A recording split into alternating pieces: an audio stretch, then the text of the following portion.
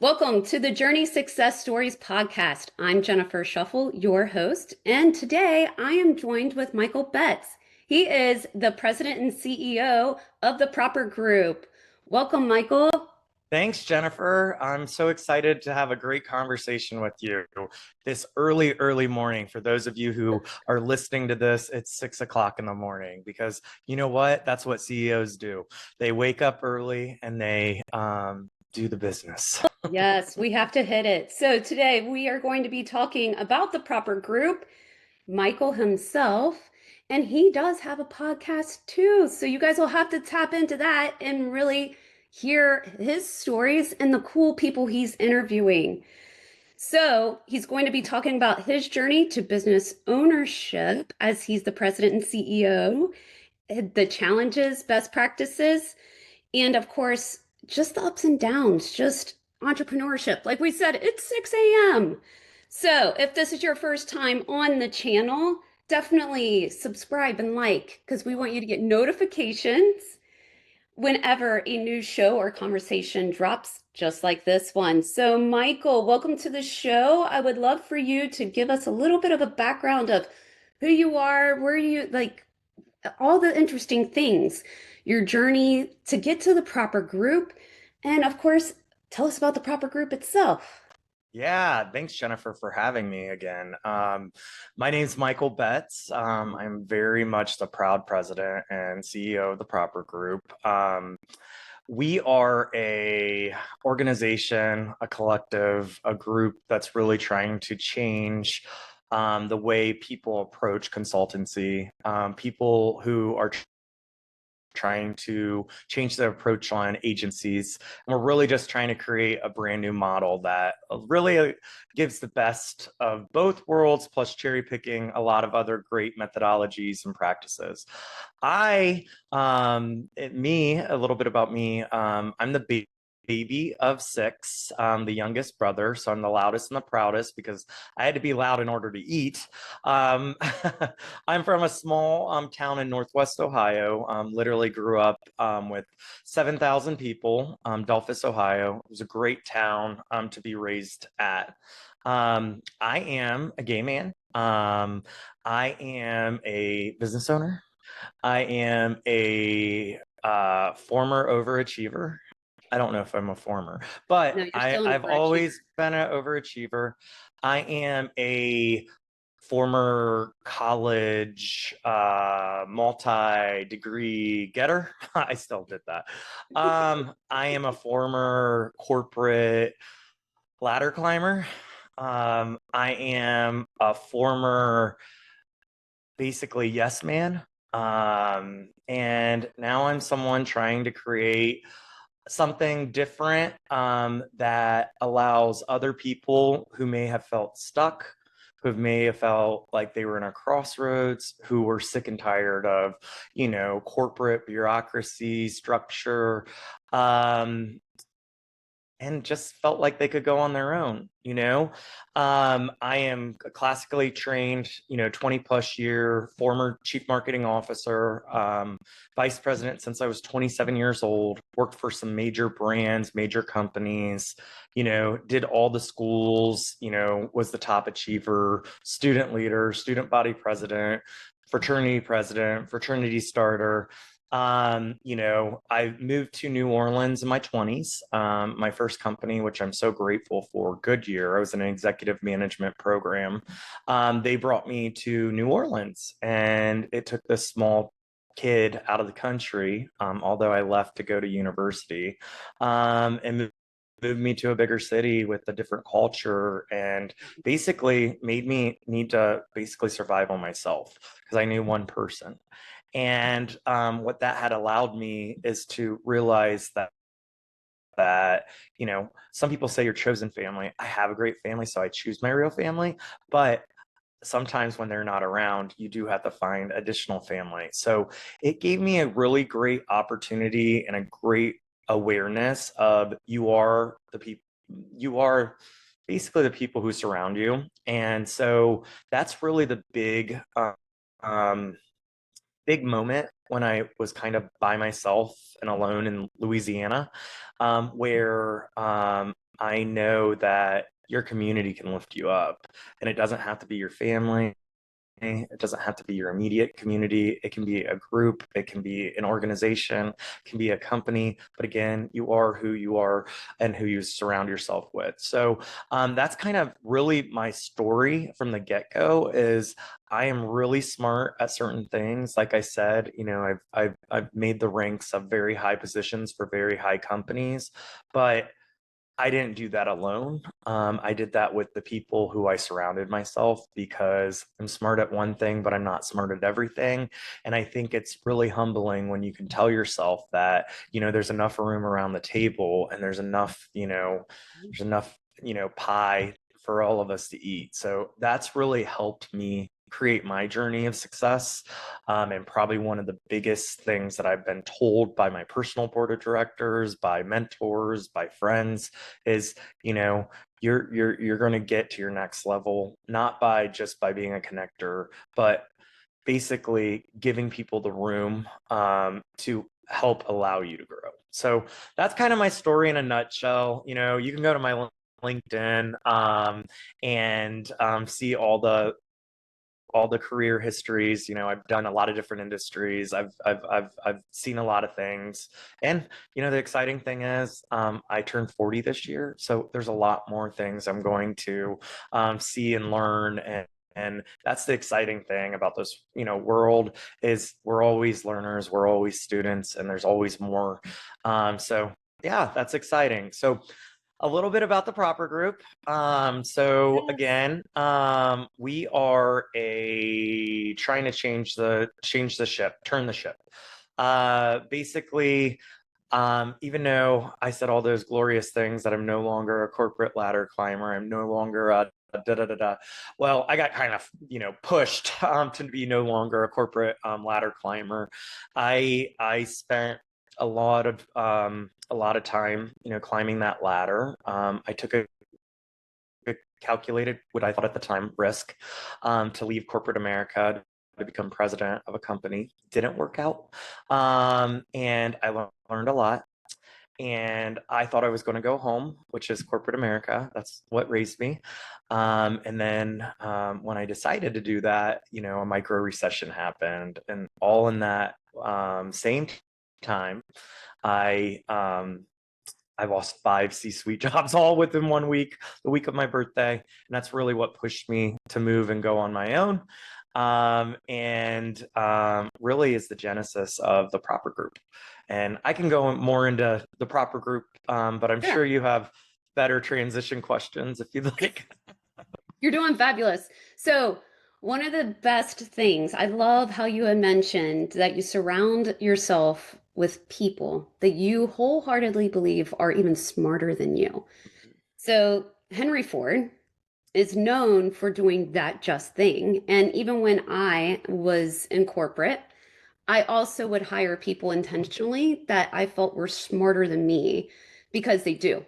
They lift you up, they push you, and they make you think a little bit differently. But yes, tell us about the proper group. I know that you are in a transitional phase, but what's the core of proper group? Like kind of that mission, vision, like tell me a little bit Yeah. more.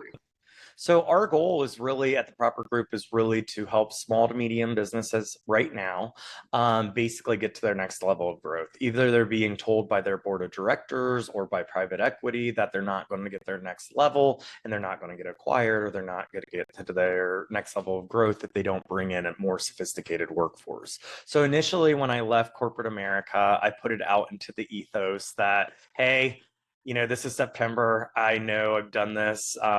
These jobs are going to be frozen up until the first of the year. So I'm just going to put myself out there. And if there's an opportunity, because I've managed big teams with big budgets, but I've had the money to implement, big things where I needed a more sophisticated talent to come in and implement it, execute it, nurture it. But my HR, my finance wasn't allowing me to hire a full-time headcount. And so I was just like, okay, pay to play kind of model. I'm going to be a little bit cheaper than what I normally would be because, when you go on your own, you need just, some credibility. You need some, you know, proof of concept. And you need to let people know you're more than just someone sitting in a chair with a big budget and a big brand and a big team behind you. And so that was my opportunity. And then that's where Larry Burns came back into my life, which he never really left. Larry's the founder of the Proper Group. Um, Basically, he was my college professor 20 plus years ago. He has stayed in my life, my entire adult life. He is what I call, he's on my, personal board of directors, has always been. We've stayed connected throughout the years. When he saw the post, he's like, Mike, don't do this alone. He's like, he just retired leading one of the largest children's foundations in the country. His background is higher education, but before that, he's like the way cool marketing PR dude that I looked up to when I was in college. And, I went on to intern for him. I was his TA. He was, again, my professor. So we have such a really unique bond. So he's just like, I'm just going to be honest with you. I'm talking to all these people and they fail because it's the startup. It's like, I need a brand. I need a website. I need, email. I don't understand pricing. Oh my gosh, I don't know how to sell all these things. And he's like, I just went through it. I kind of have it figured out. At the end of the day, he's in South Florida. I am in Cincinnati. We both have, we both have Southeast, Northwest, Southeast Michigan, Northwest Ohio, Northeast Indiana, similar connections that we may be able to go into business. It's still going to be traditional. If you were going on your own, it's, eat what you kill kind of mindset. So you have to go hunting, but he's old school PR marketing, strategy, was a CEO. I'm, new school where AI, business transformation, digital marketing, all of those things. So we're just like, yeah, it makes sense to just go at this together. And so at the end of the day, that was the start of the Proper Group. And initially, we kind of went into, small to medium businesses and really sold our, at the time, our strategic strategy, our IP. But, we were just testing things and figuring it out and doing different methodologies for the first year and a half. And it allowed us to really help these companies to think outside of the box, get a different vernacular or a lens from an outside view, but also facilitate communication. And really what our goal is at the top level of an organization is really to help them find, one, their secret sauce, two, what are 4 to 6 growth pillars that they can say yes to, and what's everything else that they can say no to, and then cross-functionally throughout the organization is really pollinate those plans and make sure people feel like that they are part of the growth, because so many times different departments fight for budget, headcount, all of the different resources, and they don't think that they're part of it. So we take a step back and do a dependencies exercise and show where each function is part of the cycle. It's just different time frames. And so HR is dependent on marketing, marketing's dependent on finance, finance dependent on legal. So once we've done that, we then had a second feather in our hat. And then a lot of these small to medium firms either have a junior, less strategic marketing team, or they're using third-party agencies. So we would then go in and sell our services called leadership as a service. So fractional, a lot of people here, but we would become fractional chief marketing officers, chief strategy officers, chief communication officers, and embed in the team at the function level, and then embed at the executive team to build that bridge. So we're taking the strategy down to the department. At the same time, universally at the organization, when we're helping with the top, we're evaluating people, processes, systems, and technologies. And then we get the top ready to go. And then we go to the marketing team. We build marketing programs aligned to those growth pillars, like all the things we should say yes. And then we automate the day-to-day functions of the current team. So when we go in, we roll up our sleeves. We're just not that consultancy that goes in and gives you a 50-page PowerPoint deck and says, adios, $1 million later. We leverage seasoned executives, 20 plus years that have failed, that have succeeded, that have much shorter runways. And we basically do what we know. We're not going to reinvent the wheel. A lot of these small to medium businesses, their CEO will agree, the bar's low because they only know what they know. And a lot of these people, they've only worked there, they're founders, they don't know anything else. So just having an outsider's perspective who has failed, who has built systems, who knows processes, who has vetted technology, our runway so much shorter. So in turn, we were able to basically find the low-hanging fruit and show, pretty quick, rapid results, build trust with both the team level, department level, and the executive team level, and kind of just have success. So that was our first year and a half. And then probably about this time last year, we knew that I was going to take over as president. Larry's later on in his career. I'm still probably have 40 more years, knowing how our economy is going right now. But basically, what we started to realize is I hate the word, fraudulent or whatnot, but people would come in thinking that they need marketing and strategy, and then we would go in and do that exercise, and we would evaluate and say, yeah, that's how we make our money, but that's not what you need. You're getting ready to have a huge customer acquisition, and you're going to need to hire 400 people, and your HR systems are outdated and not able to keep up, and you don't have a total rewards points, or you're getting ready to take on a lot of revenue or a lot of losses, and you still have grandma and grandpa in the basement using QuickBooks. And so we took a step back and fundamentally said, you know what, remember, like, the reason why I came here because I was sick of working for the man, the woman, corporate America. But I know that I wanted to go on my own, but I didn't know how. Larry, way different, had a 40-year career. This is his second or third act. He's not ready to retire. I don't think he'll ever retire, but he doesn't want to work a traditional 40-hour. So what we're trying to do is, like, there's probably a hybrid of people that are like me, that have done it, have had a really great, you know, I'm starting to become seasoned. I think 20 years is seasoned.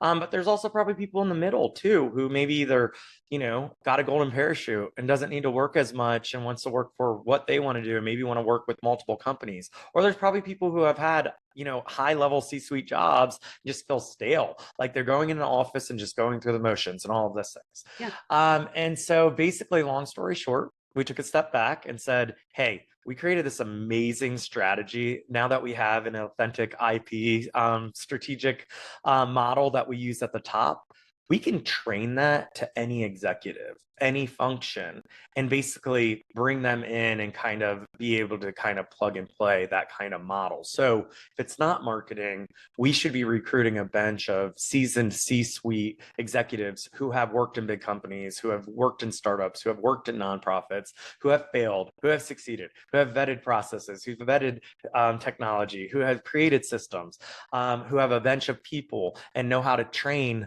junior teams. And so, yeah, that's kind of how we went into last year. And I'm excited to say today, it's the 1st of June.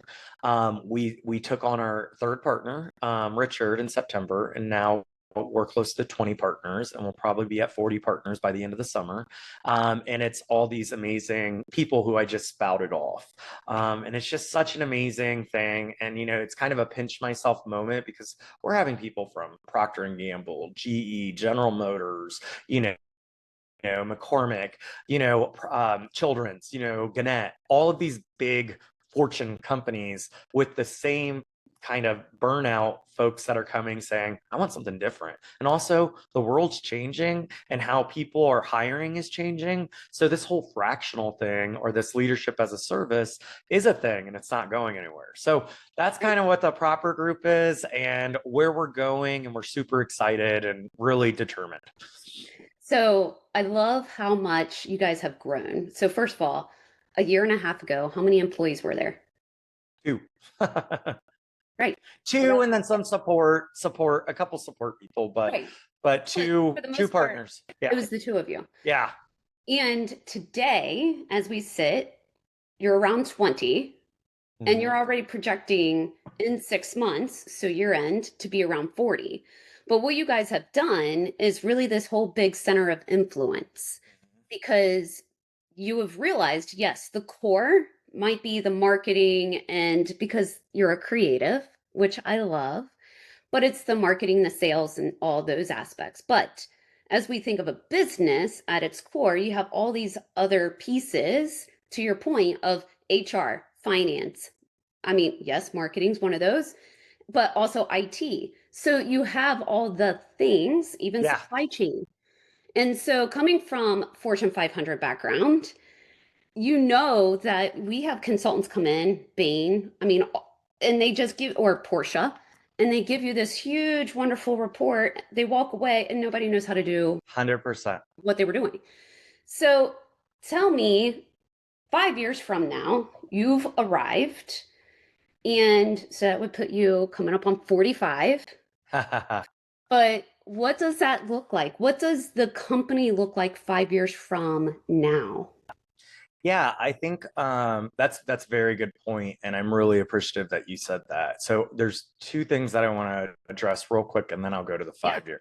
So one thing that I will say is yes, we're not just marketing. We were started by marketers, but now we are in every function. We are working on. We'll have 17 functions in the next 2 months, where basically we built a one-stop shop for a bench of senior leaders for every function.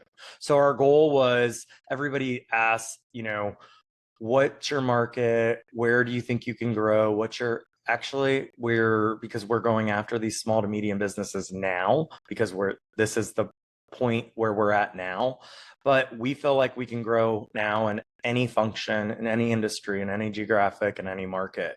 And so going to your question, it's really unlimited growth. And so it's all about bringing in the right people who are networked, who are titans in their industry and in their functions, who are okay with being taught.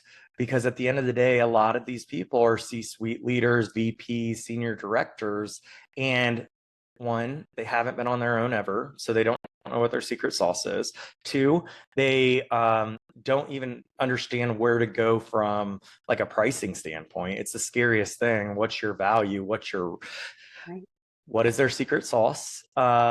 Three, oh, I need a website. I need email. I need CMS. I need CRM. I need, marketing. I need all of these different things. So going Yep. back to how Larry put his hand out for me, that's kind of what we're doing for our partners is we're kind of being a launch pad for them because at the end of the day, it is it's still an kill what you eat what you kill.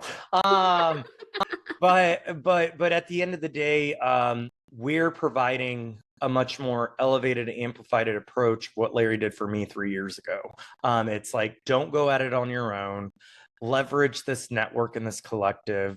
We're going to build you up and make you the human and coach you to be confident. We're going to teach. A lot of people think that just because they've never sold, that they're not salespeople. But let me tell you, if you made it at a certain point and you're a seller because you're selling internally. So it's just coaching, training, helping with pricing, and then going back to the marketing and that core, it is nice that this was started by two marketers because we do a really great job on packaging them up because at the end of the day, human capital is our product. These seasoned executives are our product. And we know if we launch them right, we're going to launch them into their network, and we are transparent AF. We're like, your first business is going to come from your network. We just have to package you up and make you confident to let the world know what you want to do, because trust is everything, credibility is everything, and if you're a good human and we're vetting the best people, then business should be coming in. You just have to let the world know and how to interact and how to engage. We're going to help them with all of that. And then it's an amazing ripple effect kind of organically, because not only are they launching themselves and they're showing all of our other capabilities now that we have HR, finance, legal, IT, all the different functions. So now they're like, sending this out to their network, letting them say, hey, I joined this organization, this collective that I trust. I do this, but we're also able to do this. Well, that credibility and trust goes a long way from that network. So their network knows now what the proper group is, and it's a ripple effect. Vice versa, we have all these partners that we've already launched. Anytime we launch a new partner, we simultaneously launch them. We reinforce our other partners, what's their secret sauce and what's that. And then they launch that new partner into the ethos. And basically, not only are we growing our breadth of capabilities, but we're also just organically growing the proper group's brand. We're also being evangelists for fractional leadership, for leadership as a service, for kind of changing the model. So especially in this first year, this is our ramp year. Like when I say first year, this is the first year in this new model. And so it's been this amazing thing that I didn't even see. And like I said, I'm kind of arrogant when it comes to marketing because I'm really good at it, but I didn't see the organic ness of the growth, both from people getting interested in becoming a partner, but also just our client adaption. Like people are coming in, so it's a magnet. So, and I think it just goes back into what you just said. It's about the people we're bringing in. It's making sure we vet the right people, and then building trust, because not only are we allowing them to get business through their network, these people are other functions. So there's an incentive by, promoting others and building trust with the partnership, because I may be doing marketing and I'm doing an engagement with, a company, but I know they need HR. I can open the door up to another function, and then I'm incentivized if that person gets business. So we try to diversify our basket. But going back to 5 years, I definitely think we're going to be a game changer. I always say, Bain, Boston Consultant Group, all of these big groups, they had to start somewhere. And I've, traditionally, I've done it in 5 different industries. I come in and really transform or antiquated models. I did it in, newspapers and switching it from digital. I did it in automotive. I did it in retail. I did it in facility maintenance. I tried to do it in flavors. That just didn't work. But that's really what I'm trying to do, is just create a new model. That's really what we're doing, not me, the whole group. And so selfishly, I go back to this ramp here, Jennifer. We're bringing these people in. I don't want to say drinking the Kool-Aid, because we're not a cult, we're a collective, but they see what we're doing and how we're changing. And since they've sat in these chairs and they've been in these positions, they're willing to put more of their sweat into us to bring this to the most optimized, the most formalized. Basically, what's the consultancy or agency they always wish they had when they were in-house? And so it's just exciting because I'm doing this with really, really smart people. And to go back to like what I said about being in Louisiana and, being by myself and isolated, I brought community with me. And so that's what we're doing with with the proper group, is we're bringing in amazing humans that are, like I said, I'm smart at certain things, but we're bringing the smartest HR people. We're bringing the smartest finance people. We're bringing the smartest operations people. And they're helping us build this most optimized model. And I think that's really unique and cool. So at the end of the year, you're going to be with 40 partners. So Well, 5 years. Well, Right, go ahead. so I'll be honest with you. Our goal was to be at 25 partners. We're projecting probably, I would say, 50 to 60 partners. So, yeah. So, So 4 years, is it like 120 or 150? And no, what's like, are 4 you years. North America, multiple countries? Like, Well, we're already dabbling, and we have client engagements in in Australia, in Dubai. It's just the caliber of people. Like I said, we can grow in any market, any geographic location, any industry, and any function, so in any size. So I think what will happen is I think we're going to continue to prove ourselves. We're testing a lot of things. So, I say we're 70% baked right now. I want to get to 100% baked as we fully launch what this model looks like January 1, 2026. And we're doing that with the people we're bringing in. We're doing it transparently. We're doing it fair. We're doing it equitably. And we're bringing everybody along for the ride so they all feel like they're part of it and owners of this company. And so, no, we have a very aggressive plan. We plan to double our size every year and then some, both from a client and a partner standpoint. But yeah, I think since I'm not gonna lie, like fractional is not new. You've been a fractional, consultancy is not new, agency is not new. No. What we're trying to do is create a first ever model where a group cross-functionally of fractional leaders is working off of the same strategic IP from the top, and then basically bringing that down and doing the same kind of thing, after they're done with the strategy, bringing it down to the department level, evaluate people, process, technology, and systems, and really automate the day-to-day, because people don't know that they can do that, and then bring the team along for the ride and grow them. And then hopefully 2 years after a 2-year engagement, they're able to say sayonara, proper group, because we've helped them grow to hire a full-time person. Yeah. It's all about like limited risk, high reward kind of thing for the client, but also for the fractional leader. But yeah, So, 5 years, I think we're going to change the model. I think like the world's changing the model. I think like the 40-hour work week doesn't need to happen. I think it's more about the caliber of people you're able to bring in. And so my goal is to, make this a strong model that's sustainable, bringing in other, revenue verticals, going into, not only small to medium businesses, but going into large corporations, because we're able to swarm around it with multiple senior executives in the same function, growing our bundle services. And then really what we just announced yesterday is the proper by design. So basically giving more meat on the bone to help, educate people what we're able to do. So each function will basically have its own product and service line. So we're starting off with 17. There'll be 23 by the end of it. But basically an internal agency for the proper group, but then also an internal agency that we can sell into our clients and embed into it, similar to what a fractional executive would be, but more of a fractional team. So what do you think is your so first of all, let's transition into rapid fire questions. okay. I know, right? It'll be like, Oh, what do I make my editor be like rapid fire on my podcast for those people. I just don't have an editor that's around me doing rapid fire. That'd be weird.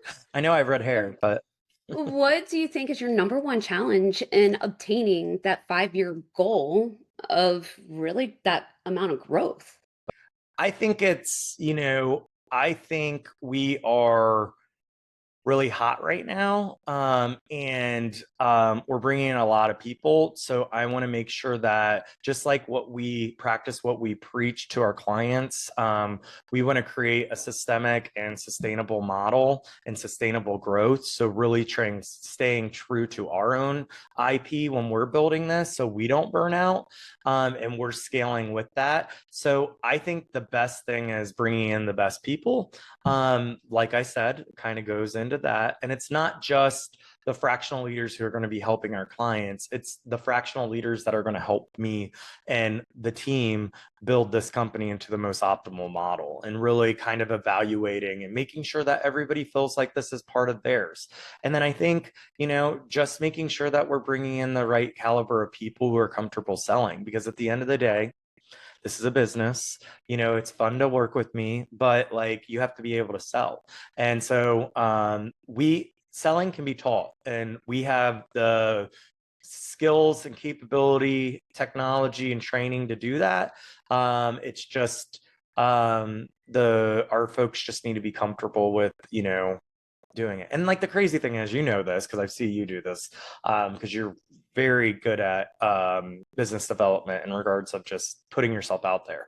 Obviously, I'm on a podcast. No, but basically, I think it's one of those things where once you get one or two wins and you're like, I am a badass. This is why they hired me at this Fortune 100 or Fortune 500 or startup that blew up, that group. And so I think you just need a couple wins, and kind of going back to like when I put myself out there being like, hey, I'm for hire, I'm for cheap. You need a few small wins. Don't come in being like, I was the chief operating officer of Cintas or whatnot, and think like you're going to bill $1,000 an hour. Like, yeah, you probably can get that, but like get some small wins and some testimonials and some confidence so you can go in and sell $1,000 an hour. Yeah. So I think it's just that building people's confidence up is going to be the hardest thing, and then just making sure we stay true to our ethos and make sure that we're looking at things sustainably and systematically. So tell me, what is a book or podcast that you're reading or listening to right now? Can I plug my own? Of course. Okay, so Like, I want yeah. So I just published a book called In the Making. It's basically my life journey up to this point, and then what we're doing in the proper group. And simultaneously, to help promote the book, I created In the Making podcast, and it drops our last episode number 11 for season 1, drops next week with one of my great friends who's an amazing, international fashion designer. She was my childhood best friend and neighbor. This week I have Jose Salazar, who is one of the best restaurateurs, I think, in the country, but he's based in Cincinnati. The week before I had the head of the National Spelling Bee leading up to their 100th anniversary. So I just am bringing in a eclectic talent, a group of people. And this is a first gen. I'm in the process of writing my second book. And it's called Making. It's kind of going to be really about, building a business, bringing the right people in, methodology of all of those kind of things, and kind of like, hey, we're always in the making, I think, any phase of our life, but we also are in building phases. And so it's going to be really about, building. So here's a really fun question. And this will be wrapping up the rapid questions, but those aren't rapid. I'm sorry. I forgot this was rapid. I had to shorten them. All right. If you had some little magic dust that you could sprinkle on something in the business, one spot, what would it be, and why are you choosing that? I think it would be on me because I'm still growing and I'm still learning. So, like, I wish I had, been a CEO before or a president, because, like, I'm still learning along the way. So, but with that being said, I have people like Larry, I have people like Jenny, I have people like Libby, I have people that I'm surrounding myself to help, who have always helped build me up, but also so be my coach, be my champion, and believe in me. They're doing this, I think 50% because they believe in me. And then the other 50% is they see the model that, we've created and see that there's huge opportunity for them. But I sometimes, I think it's like one of those things where, we're about the same age. And so sometimes, you second guess yourself. And so I wish, and I'm getting better at it. I think like with age, it naturally happens. Like I'm pretty confident, it's gonna, it's almost like you just got to think it's going to happen, and don't be hopelessly optimistic. You got to be strategic and everything like that. But know that like if you have the right people around something, even if it's not working out now, you can retool it, re-engineer it, and figure it out. So, Yeah. so I think it's more.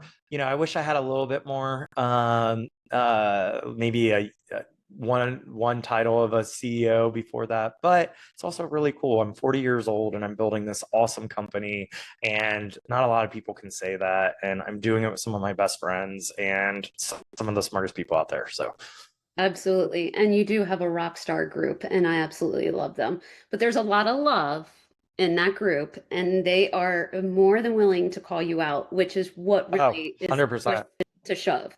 So, this was a great conversation. I really enjoyed hearing your story and also about the proper group. So, thank you for sharing.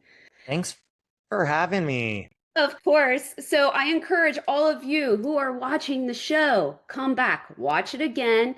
And of course, Michael had some really great nuggets that you guys are going to want to really write down and come back to, because our lives are full of different seasons, and you're going to need these little encounters and really look them up. So that being said, Michael, if people want to hear more or want to be a part of what you have, what do they need to do? Where do they need to go in order to find you and the proper? Yeah, we love that. You can go visit www.theproper.group. We have basically a well articulated kind of website that really tells our story and kind of goes into details of what that looks like, both from a client perspective and then also a partner perspective. And then selfishly, you can go to www.michaelryanbetz.com, get the podcast, you can sign up for the email, you can YouTube, buy the book, merch, all my recommendations of books. Since I didn't shout out on the show, I was selfish and not humble at all. And I have a ton of books that I have read that help build me, and books, podcasts, and whatnot on there. So Awesome. yes. So, guys, get out there, look up Michael, look up the proper group. Follow me on LinkedIn. Absolutely, completely. And don't forget to like and subscribe, of course, to our channel so that you can get notifications every time a new conversation drops, just like this one. And thanks to everyone who joined today. Special thank you, of course, to Michael Betz for being with us and the proper group. You're awesome, We Jennifer. greatly appreciate it. Oh, thank you. Thank you. Thank you.